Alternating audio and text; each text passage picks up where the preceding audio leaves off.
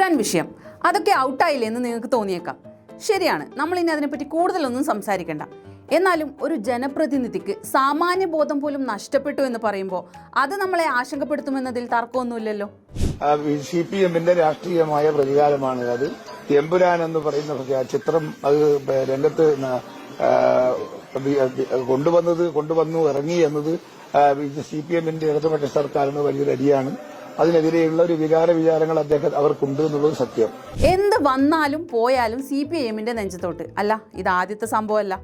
എന്നാലും ചുറ്റും നടക്കുന്ന കാര്യങ്ങളോ രാജ്യത്തിന്റെ ചരിത്രത്തിൽ തന്നെ വലിയ മുറിവായി മാറിയ ഒരു സംഭവമോ ഒന്നും KPCC പ്രസിഡന്റ് കൂടിയായ K. സുധാകരൻ MP-ക്ക് അറിവില്ലെന്ന് പറഞ്ഞാൽ വല്ലാത്ത കഷ്ടം തന്നെയാണ്. ചരിത്രത്തെക്കുറിച്ചോ ഇന്നിനെക്കുറിച്ചോ ചുറ്റിലും നടക്കുന്ന കാര്യങ്ങളെക്കുറിച്ചോ സമകാലിക സംഭവ വികാസങ്ങളിലോ മിനിമം ബോധം പോലുമില്ലാത്ത രാഷ്ട്രീയ നേതാക്കൾ വലിയ അപകടമാണ് സമൂഹത്തിൽ ഉണ്ടാക്കുന്നത്.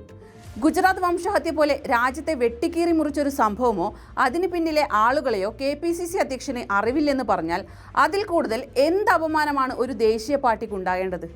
ഒരു ഭാഗത്ത് ചിലർ ചരിത്രത്തെ അപ്പാടെ മായ്ച്ചു കളയാനും ഇല്ലാതാക്കാനും ശ്രമിക്കുമ്പോഴാണ് ഇപ്പുറം ചിലരൊക്കെ അറിവില്ലായ്മ കൊണ്ടോ ചരിത്രബോധമില്ലായ്മ കൊണ്ടോ മനഃപൂർവ്വമൊക്കെ ചരിത്രം മറക്കുന്നത്.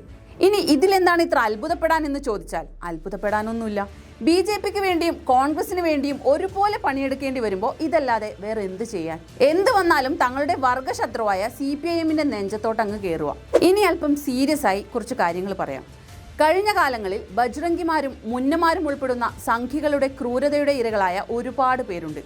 എന്നെങ്കിലും നീതി ലഭിക്കുമെന്ന പ്രതീക്ഷയിൽ നിയമയുദ്ധം നടത്തുന്ന അനേകായിരം പോരാളികളുണ്ട് ഇപ്പോഴും. അതിൽ ജയിലിൽ കിടക്കുന്ന സഞ്ജീവ് ഭട്ട് മുതൽ നിരന്തരം കോടതി കയറിയിറങ്ങുന്ന ബിൽക്കിസ് ബാനു വരെയുണ്ട്. വെറുപ്പിന്റെ രാഷ്ട്രീയത്തിനെതിരെ പ്രത്യയശാസ്ത്രത്തിനെതിരെ ചിലർ ഇന്നും പോരാട്ടം നടത്തുമ്പോൾ അതിനെ ദുർബലപ്പെടുത്തുന്ന ഓരോ വാക്കും ആശങ്കാജനകമാണ്.